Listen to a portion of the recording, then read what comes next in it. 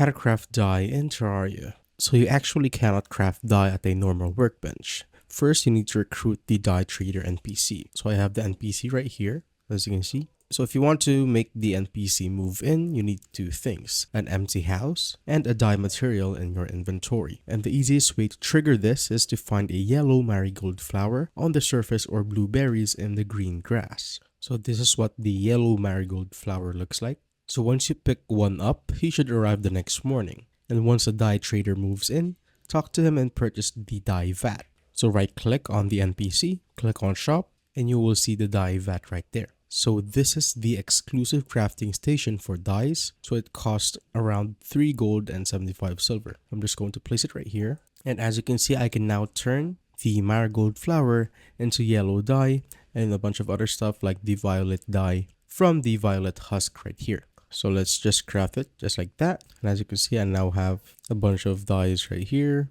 Now, if you want the rare glowing or animated dyes, you need to look for strange plants. So these are rare alien looking flowers that spawn in hard mode. So as you can see right here, these are some examples. And do not try to craft these. Instead, talk to the dye trader and collect the exchange strange plants. And that is how you basically craft dye in Terraria.